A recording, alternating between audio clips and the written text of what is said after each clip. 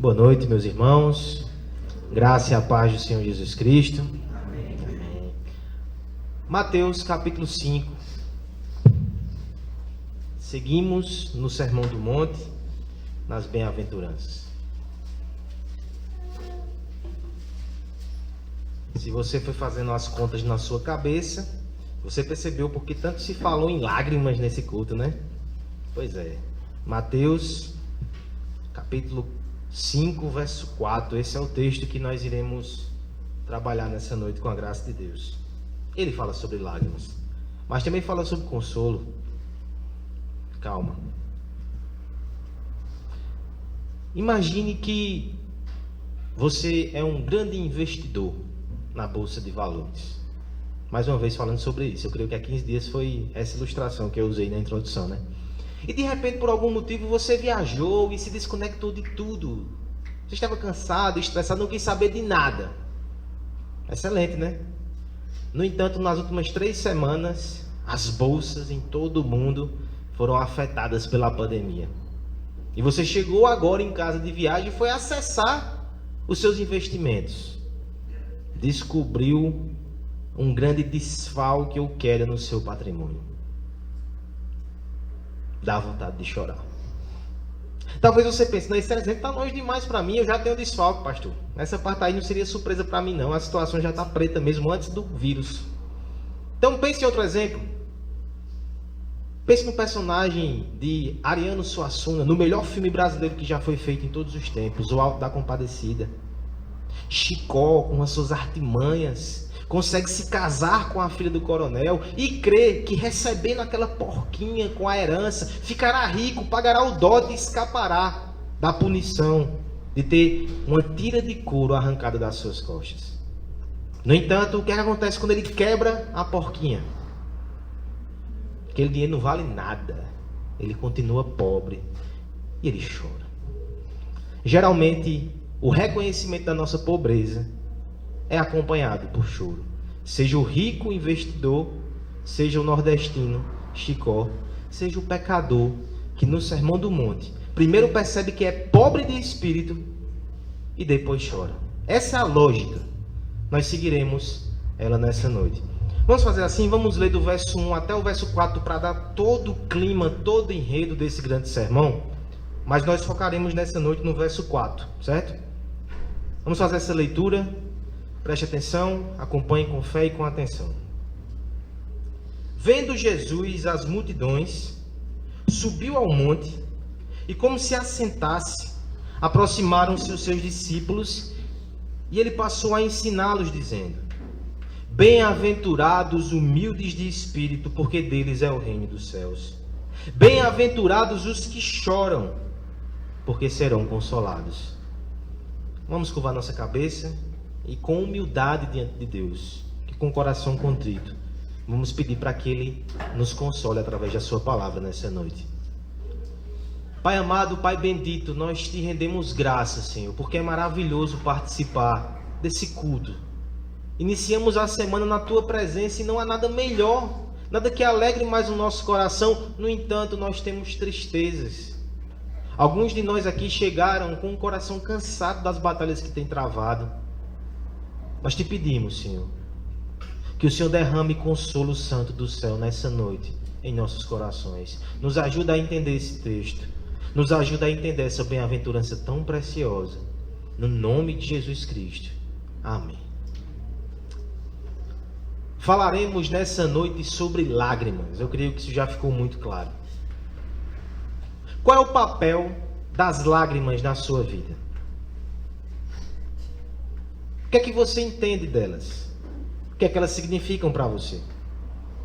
Alguns talvez digam que lágrimas são sinais de fraqueza, causam constrangimento e, portanto, devem ser evitadas a todo custo. Outros, por outro lado, a enxergam de forma mais positiva. Lágrima é sinal de empatia. No que diz respeito às relações interpessoais, essa pessoa é confiável, ela tem compaixão, ela me entende. Outros tantos são desconfiados com as lágrimas, porque temem a demonstração pública de pesar, apesar das feições, pode demonstrar um coração que não é sincero. Pobre do crocodilo é o nome dessa atitude. Lágrimas de crocodilo, falsidade. Eu creio que diante de tantas opiniões diferentes sobre lágrimas, nós podemos tentar aqui um senso comum. Há lugar e há ocasião para chorar.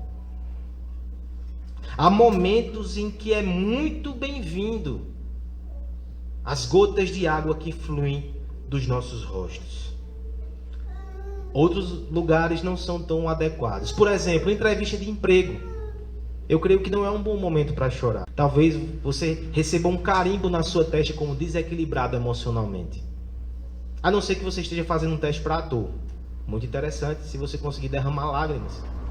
Por outro lado, funerais. Como nós estranhamos aqueles que vão a velórios, especialmente se tem alguma ligação íntima com a pessoa que está lá, o esquife, e não se emociona. Lágrima tem lugar, tem hora. Alguns diriam também que casamentos e nascimentos de filho são lugares que lágrimas devem descer. Acredito, eu já fui cobrado por isso. E aqui tem outra. Será possível agendar lágrimas? Paulo também foi cobrado por isso. Será possível agendar lágrimas, programar lágrimas? Eu creio que, via de regra, nós não fazemos isso. Nós sonhamos e planejamos sorrisos.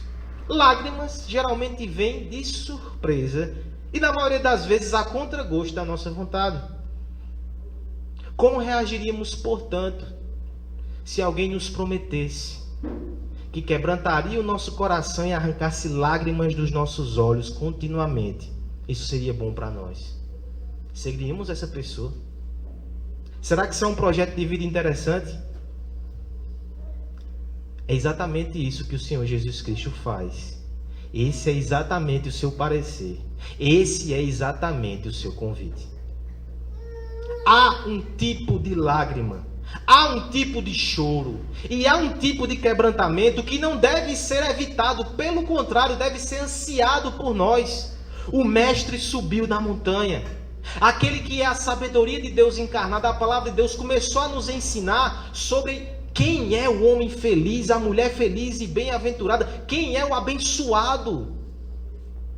No primeiro momento ele nos falou sobre pobreza, humildade, na verdade mendicância espiritual, aquele que reconhece que é pobre diante de Deus. Agora ele dá um passo além. Eu tomo conhecimento dessa notícia e meu coração é tomado por essa forte emoção, eu choro. Falaremos nessa noite, portanto, irmãos, dessa água benta que escorre dos olhos daqueles que são bem-aventurados. Nós falaremos nessa noite da gota que pode ser salgada no paladar, no entanto, traz a doçura da graça para a vida daqueles que têm um coração contritos. Falaremos sobre a alegria e a felicidade daquele que se quebranta diante de Deus. E vamos resumir esse precioso ensino dessa passagem na seguinte preposição. Se você anota, a hora é essa. Tentarei falar devagar. A felicidade não consiste na ausência de sofrimento, mas na presença daquele que consola os de coração quebrantados. Vou repetir. A felicidade não consiste na ausência de sofrimento, mas na presença daquele que consola os de coração quebrantado. Primeira parte, então, dessa sentença teológica tão profunda. A felicidade não consiste na ausência de sofrimentos. É aqui que começa a alegria dos quebrantados. Vamos ler, meus irmãos, mais uma vez o verso 4, a nossa bem-aventurança da noite. Há uma só voz, toda a igreja. Bem-aventurados, porque serão consolados. Dias ensolarados, mesa farta, cheio de comida, mas também cheio de abraços e sorrisos. Muita saúde, muito amor, muita praia, muito descanso, nenhum desconforto, nenhuma dor. satisfação no trabalho, planos e projetos a 1000 por hora, tudo está encaixado e dando certo. Seria este o homem bem-aventurado? Seria esta a mulher bem-aventurada? E sendo assim, será que algum de nós nessa noite poderia dizer que a nossa vida está exatamente desse jeito? Está tudo perfeito, está tudo bem, não tem motivo algum para chorar. O parecer do nosso Senhor Jesus Cristo é um pouco diferente.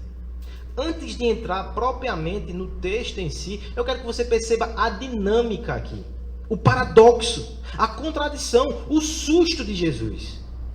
Porque quando ele coloca choro e bem-aventurança, ele está colocando infelicidade e felicidade na mesma estrutura, frase, na mesma promessa. E aqui, ele já está nos mostrando como é insana e ineficaz a tentativa de viver sem lágrimas. Nosso coração é suscetível às iscas que são lançadas por promessa de felicidade sem dor. Há igrejas que prometem, pare de sofrer, e estão abarrotadas de pessoas. Porque no fundo, esse é o nosso desejo. Queremos evitar a todo custo sentir dor. Queremos cercas que nos protejam de qualquer desconforto.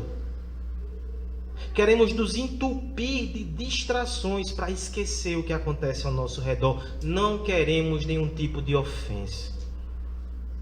De forma positiva, alguém já disse que toda a estrutura da nossa vida, a loucura pelo prazer, a busca de emoções intensas, o nosso tempo, dinheiro e entusiasmo gasto na diversão, é uma expressão do desejo que temos de evitar o choro, a tristeza e a dor. Mas a pergunta que eu te faço nessa noite, será que isso é realmente possível? Será que conseguiremos nos blindar totalmente de qualquer desconforto? Será que é realmente um alvo concreto blindar a nossa família da dor e do sofrimento? Blindar os nossos filhos da dor e do sofrimento? Será que isso é possível? Será que isso é viável? A sabedoria bíblica é nua e crua nesse aspecto. Deixa eu te dar essa boa notícia. Ou má notícia, não sei como você vai receber. Por exemplo, lá em Eclesiastes, o sábio diz assim: é mais proveitoso estar na casa onde há luto do que na casa onde há festa. Pode soar estranho para você isso. Mas na verdade, o texto está nos mostrando que a dor é real. O desconforto no mundo de pecado faz parte da nossa vida e nós precisamos encarar isso de frente. A Bíblia é extremamente realista, não sei se você já percebeu. Paul Tripp, falando sobre isso, diz o seguinte: eu amo a honestidade das Escrituras, porque eu não preciso de vagos ecos religiosos que me iludam, dizendo que a vida é melhor do que realmente ela é. Ela tem as suas lutas e batalhas. Eu não preciso de uma fé que exija a negação de partes da realidade em nome de uma paz interior. Não precisamos mentir para nós mesmos. Eu não preciso estar na posição de ter que fechar os meus olhos a certas coisas e fazer de conta que outras não existem. Se podemos ter certeza de uma coisa, é que a Bíblia é totalmente honesta conosco. Há sofrimento, há dor e há tristeza. E o mais chocante é que o nosso Senhor Jesus Cristo não só confirma esse parecer, mas nessa bem-aventurança vai nos dizer que a dor é inclusive necessária para a felicidade. A tristeza tem o seu lugar no caminho, na estrada da felicidade. Se queremos ser felizes, também precisamos aprender a ser infelizes. Nós precisamos aprender isso. Eu entendo que o mundo não lida bem com essa verdade. Eles preferem ficar anestesiados. Eles não têm uma visão transcendente. Eles são imediatistas, materialistas. O sofrimento para eles não faz sentido, é melhor ser adiado ou ignorado. Mas nós cristãos, nós não devemos ignorar a dor e o sofrimento. Devemos encará-la de frente. A igreja não deve ser um lugar de entretenimento espiritual, de superficialidade, onde não há espaço para o luto e para a luta e para a dor. Porque se nós agimos assim, de forma tola, nós estaremos igual ao mundo. E olhe que às vezes no mundo Deus levanta pedras para clamar. Pesquisando sobre esse assunto nessa semana, aquelas coisas aleatórias que o pregador joga no Google para ver se descobre algum texto, alguma coisa. Eu joguei uma frase: é proibido sofrer. Achei uma canção, nem a ouvi, eu a peguei como poesia. É bem conhecido, inclusive, o autor Leone. Você deve conhecer algumas canções dele, especialmente você talvez denuncie até a sua idade. Mas ele diz nessa canção algumas coisas muito irônicas sobre uma sociedade que proíbe o sofrimento. E ele, como pedra que clama, alerta que não é possível fazer isso, é tolo. Olha o que ele diz na canção: é proibido sofrer. É proibido sofrer nas noites longas de inverno que o mundo todo te esquecer.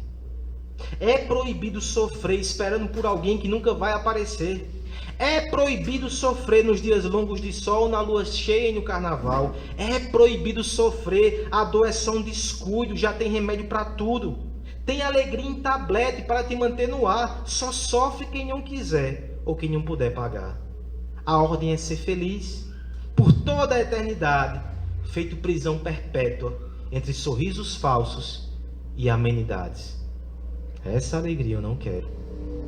Ele continua: é proibido sofrer. Eu li, está fora de moda. É falta de educação. É proibido sofrer, os dias são de euforia, a felicidade é uma obrigação. É proibido sofrer, chorar nas tardes de outono, pensar demais e perder o sono. É proibido sofrer. Não vale a pena a viagem. É muito cara a passagem. É muito escuro no fundo. Ninguém vai mais para lá. Ninguém te chama para nada. Ninguém quer te visitar. É proibido sofrer. Meus irmãos, sendo bem claro, não é possível não sofrer. Todo homem sofre. E não é proibido sofrer. Aqui há lugar para pessoas que sofrem. Se o mundo superficial quer que você tenha um sorriso falso nos seus lábios, essa não pode de forma alguma ser a realidade da igreja. A igreja encara o sofrimento com honestidade, com esperança também, mas com honestidade. Você nunca deve sentir-se constrangido de estar aqui sofrendo. Quão contraditório é você estar sofrendo e dizendo: eu não posso ir para a igreja. É aqui que você deve estar, porque inclusive é aqui que há consolo divino. E aqui deve haver irmãos que encaram com maturidade o seu sofrimento e te ajudam nele.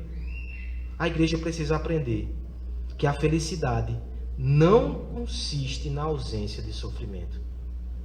O índice de emoções cristãs não exclui de forma alguma lágrimas e pesar. Há espaço na paleta do autor da graça para os tons mais escuros também.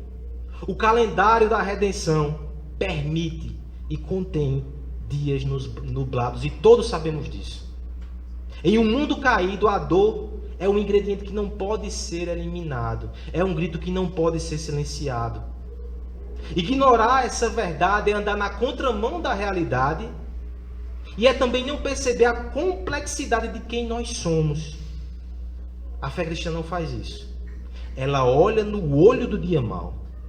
Dança com a tristeza se preciso for, mas a atravessa na fé que tem no Senhor Jesus Cristo. Lembre-se do que Romanos diz. Nós não devemos simplesmente nos alegrar com os que se alegram. Nós devemos também chorar com os que choram. Acolher os que choram sem os constranger. Realmente suportar as suas lágrimas antes de trazer o consolo. Nós precisamos agir assim. De forma muito simples. O texto nos ensina que nós sentiremos tristezas, mas mesmo assim é possível ser feliz.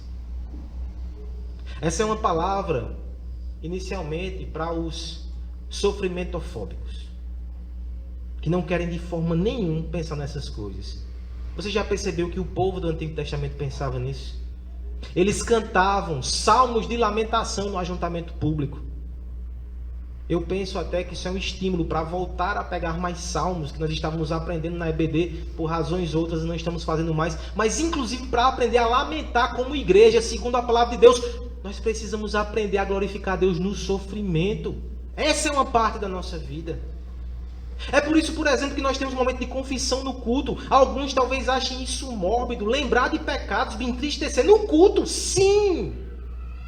Tristeza e alegria fazem parte da história da redenção e da nossa história com Cristo também. Um dia teremos cultos sem confissão de pecado, mas isso é só do lado de lá. Aqui, a gente se quebranta. E é um lembrete que o sofrimento faz parte disso. Falamos até hoje de noite lá em cima, no discipulado, hoje de manhã no discipulado, de forma inusitada saiu esse assunto. Que às vezes nos constrangemos de chorar no culto. Não faça isso. No meio da igreja, nós precisamos entender que o sofrimento faz parte da vida cristã. Algumas lágrimas são extremamente necessárias e importantes. Talvez você esteja nos visitando aqui nessa noite. Eu te convido a considerar a profundidade da palavra de Deus. Muitas teorias aí fora são tão rasas e superficiais. Aqui não. Aqui tem algo profundo. Inclusive para os momentos de luta e de dor. Conheça mais dessa palavra. Conheça mais desse evangelho. Conheça mais de Cristo. A felicidade, meus irmãos, não consiste na ausência de sofrimento. Mas avançando um pouco, ela consiste na presença daquele que consola. Vamos mais uma vez ao nosso texto.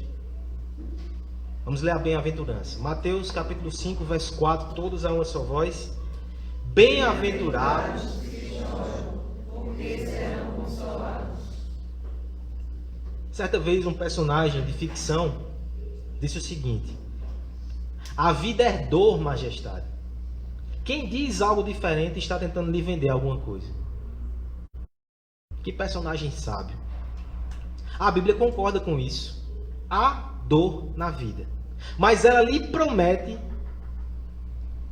um santo benefício também. E não está vendendo nada.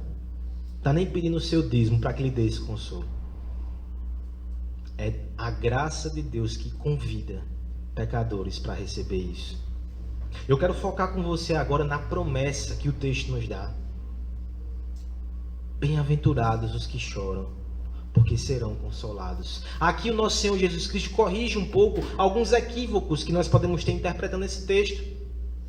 Não, ele não está falando de forma vaga e superficial sobre sofrimento e sobre superar obstáculos, como um mestre motivacional, um coach.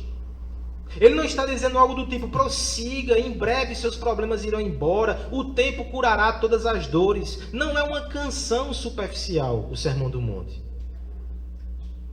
Ele também não está falando de modo que devemos ser masoquistas espirituais. Na verdade, nós não amamos o sofrimento, nós amamos o fruto dele, o consolo. Esse é o ponto. Nós temos uma promessa maravilhosa. Nós não ficaremos mergulhados na dor e na vergonha. A tristeza não fica estagnada no desespero, ela descobre o conforto divino. A Bíblia não nos empurra para uma melancolia sufocante, um lamaçal de tristeza no qual nos afogamos cada vez mais. O choro bendito é provisório. É uma ponte que nos leva ao outro lado. E do outro lado nós temos aquele que cuida de nós e que nos consola. Essa é a promessa tão bendita. Não está só nesse texto. O irmão Michael leu ainda há pouco Isaías 61, que descreve exatamente o ministério do Messias. Como esse texto se encaixa nas bem-aventuranças. Porque o Senhor Jesus Cristo é aquele que foi ungido para levar a boa notícia aos pobres, bem-aventurados os pobres. Mas ele também é aquele que foi enviado para cuidar dos que estão com o coração quebrantado. Ele é aquele que vem consolar os que andam tristes. Ele é aquele que vai dar a todos que choram em Sião uma coroa ao invés de veste de cinza, óleo de alegria ao invés de pranto, um manto de louvor ao que estava deprimido. Lembre-se, por exemplo, de Zacarias, aquele senhor idoso, piedoso, que teve o menino Jesus no seu braço e disse: pode me levar, Senhor. Eu já encontrei a consolação de Israel. O povo de Israel esperava por esse Consolador. É por isso que esse texto é tão bonito, porque o Senhor Jesus Cristo sobe na montanha, aquele que consola, e mais uma vez ele promete que vai consolar aqueles que estão tristes e chorando.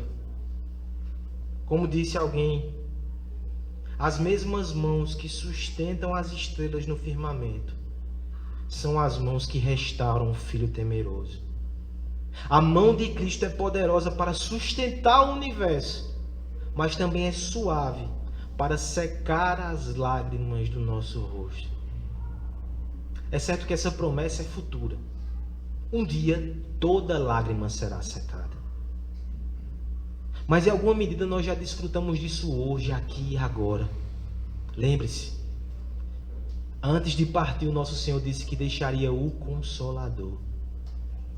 E o Espírito Santo é Cristo no nosso coração e Ele nos consola nas nossas tristezas, já hoje, aqui e agora. É por isso que você pode ter uma perspectiva diferente para o seu sofrimento.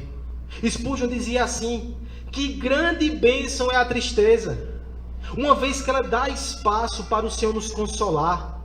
Nossas dores são abençoadas, pois são o nosso ponto de contato com o Consolador divino. É por causa da dor que recebemos o consolo. Você já passou por essa experiência? Não é sentir saudade da dor, não. Misericórdia, passou, fique lá. Mas em momentos extremamente difíceis da minha vida, eu sinto saudade do consolo. Eram naquelas noites que eu só conseguia dormir depois de chorar e orar ao pé da cama, que no meio da madrugada, um consolo tão maravilhoso invadiu meu coração que só podia vir do céu. E de algum modo, eu ia dormir com um sorriso no rosto. Que consolo maravilhoso.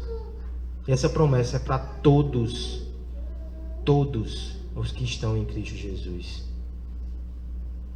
O hino 108 do nosso cenário, Aflição e Paz, ele foi escrito num contexto que nos faz lembrar dessas verdades. E eu já peço perdão aos irmãos da música, que eu só me lembrei dessa ilustração no sábado, a liturgia já estava pronta.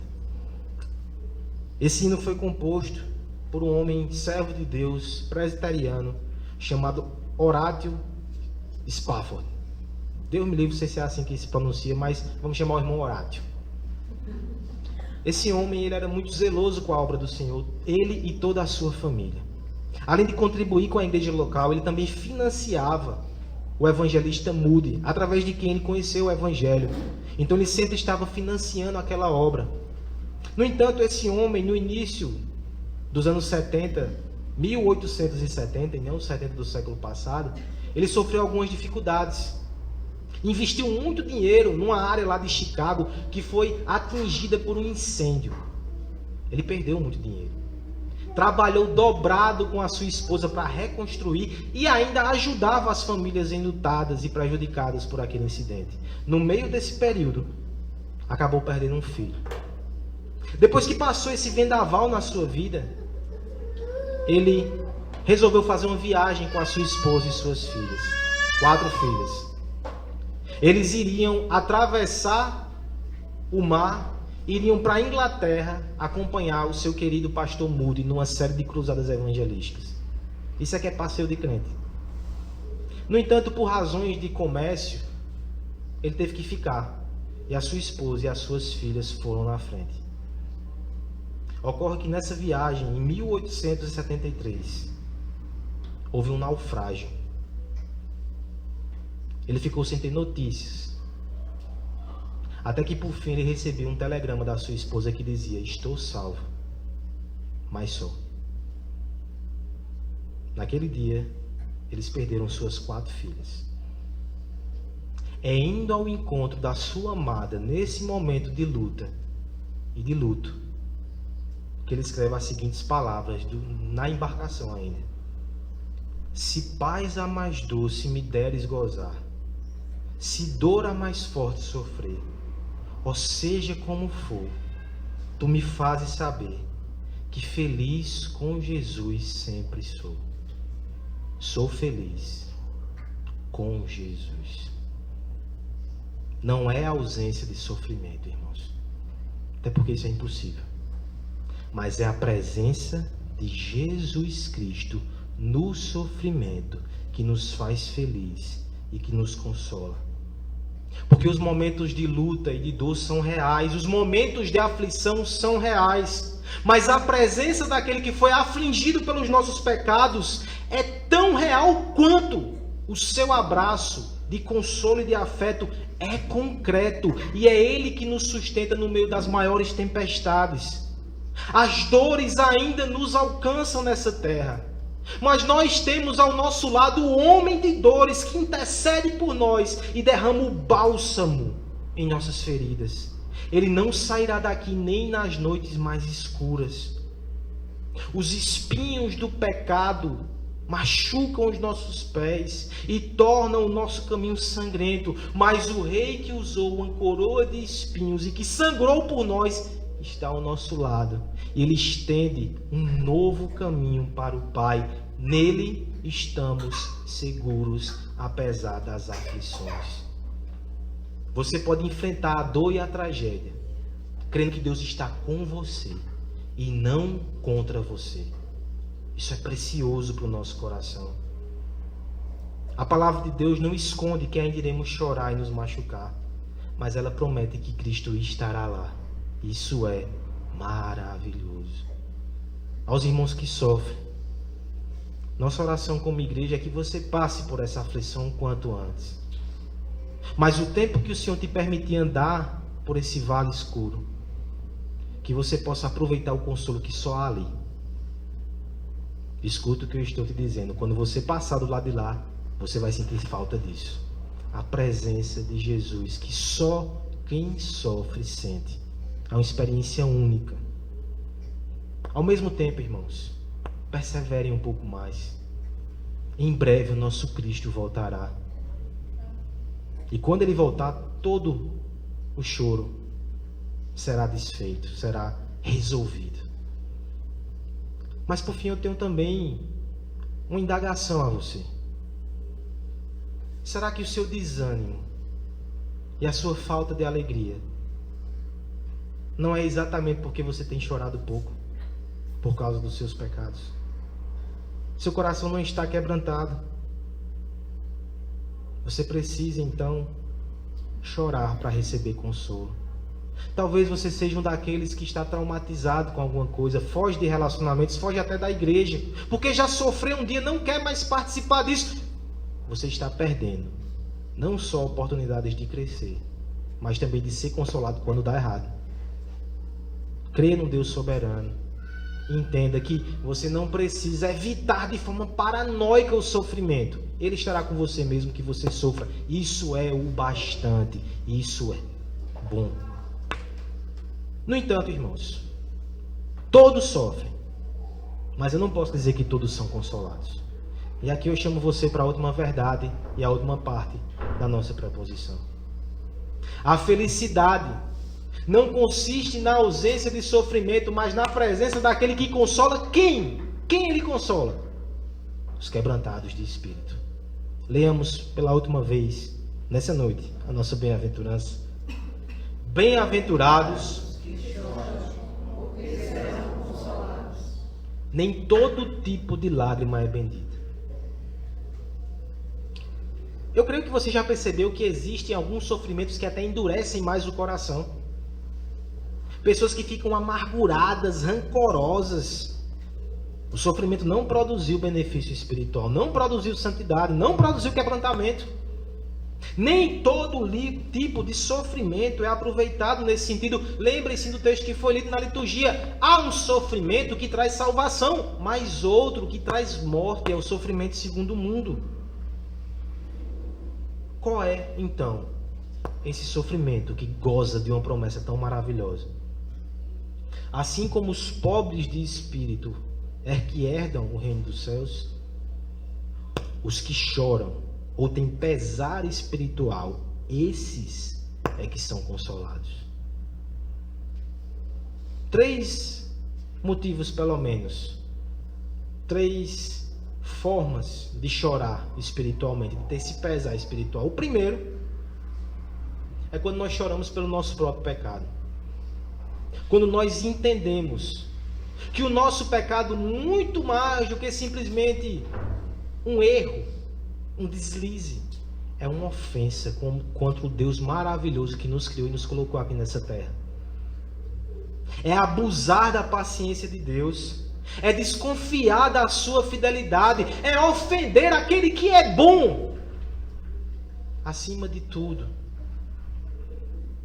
é continuar de braços dados com aquele que feriu e que matou o amado da nossa alma. Pense no texto que foi lido na liturgia aqui de Zacarias. Nós veremos o Filho de Deus transpassado e nós choraremos por causa disso. São os nossos pecados que levaram Jesus Cristo para a cruz. Nós precisamos chorar por eles.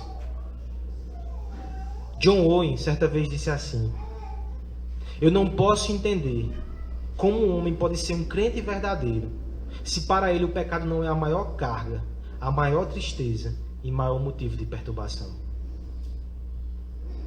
Eu quero que você realmente se pergunte: qual foi a última vez que eu chorei por causa de um pecado? E eu vou lhe dizer que pecado não falta, falta o choro. Entristecer-se, incomodar-se com a nossa situação. Não é só ser pobre, é lamentar com lágrimas essa pobreza, porque ofende o nosso Deus tão maravilhoso. Um segundo choro espiritual, irmãos, é também chorar pelo pecado dos outros. Não é falar do pecado dos outros, não é apontar o pecado dos outros, é chorar pelo pecado dos outros. Jesus Cristo chorou, não pelo seu pecado, porque ele não tinha.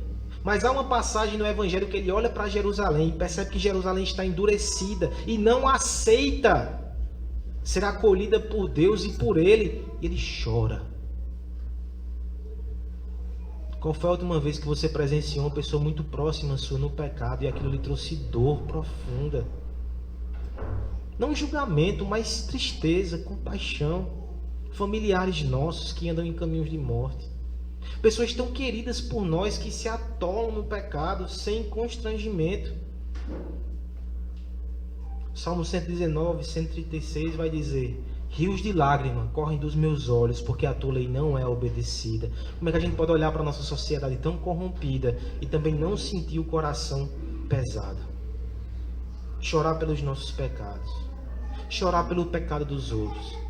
E por fim, chorar também pelas consequências do pecado ao nosso redor. Jesus chorou quando chegou diante do túmulo de Lázaro. Porque naquele momento ele sentiu a dor da morte, e a morte é uma consequência do pecado que não deveria estar aqui, mas está.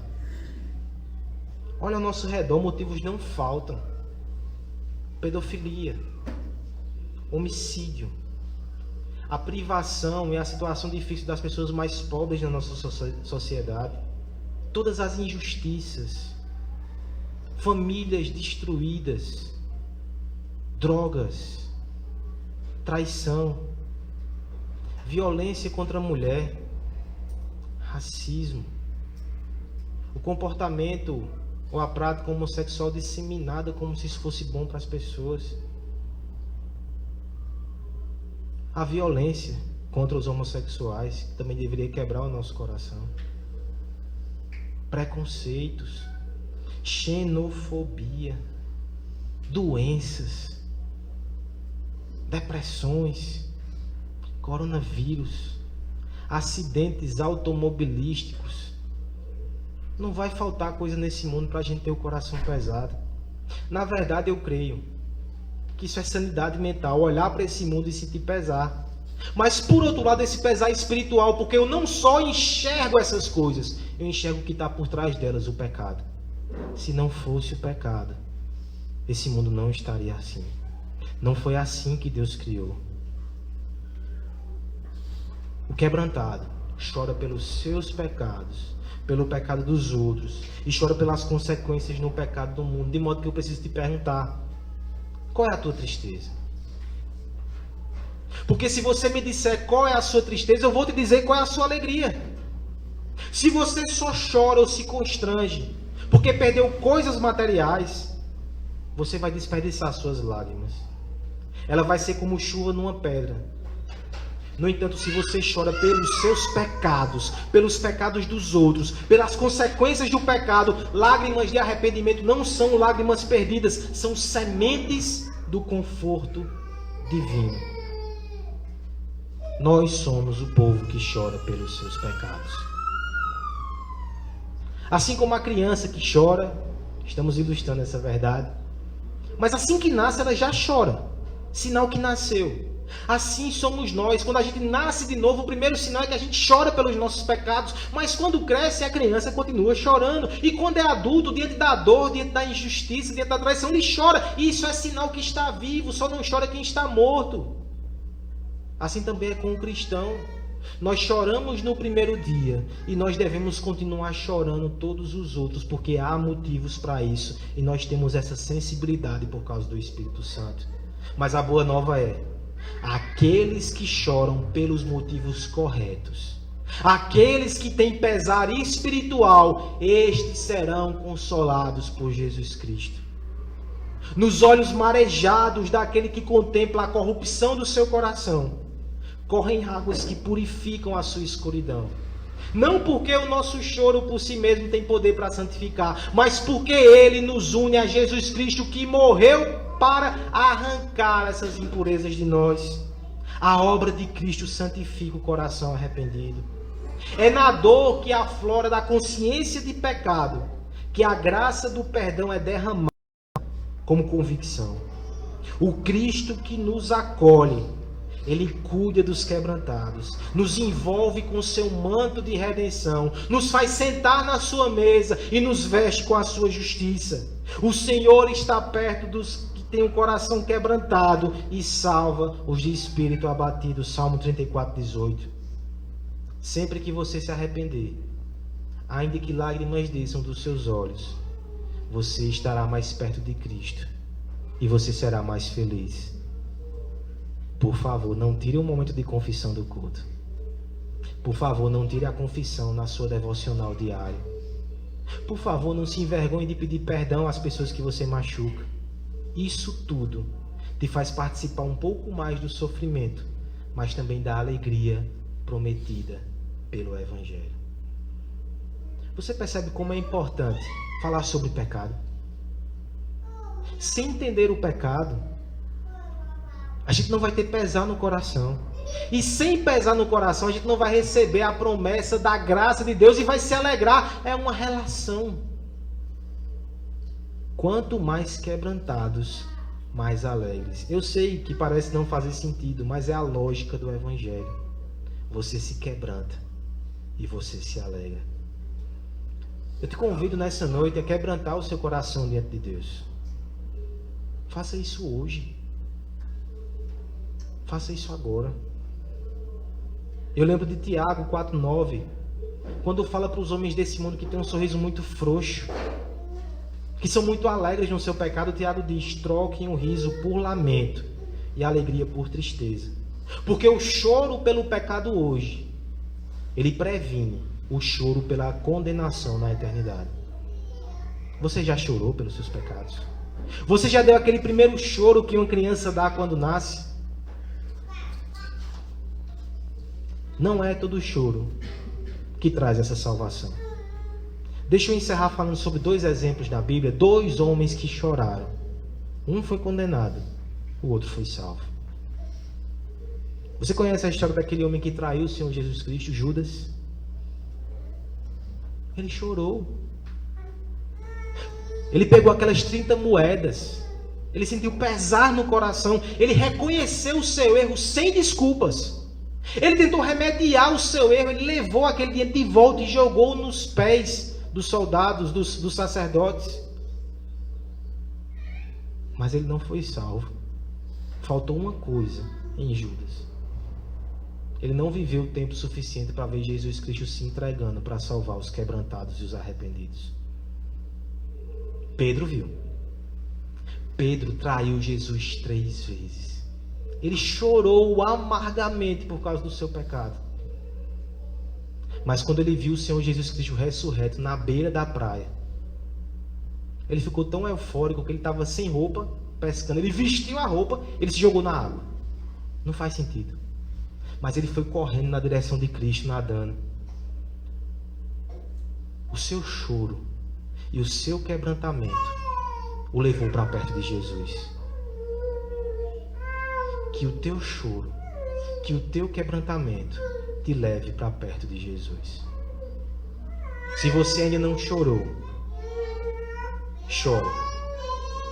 E se você está entre aqueles que hoje já chora pelos seus pecados, mais uma vez eu termino esse sermão com uma boa nova.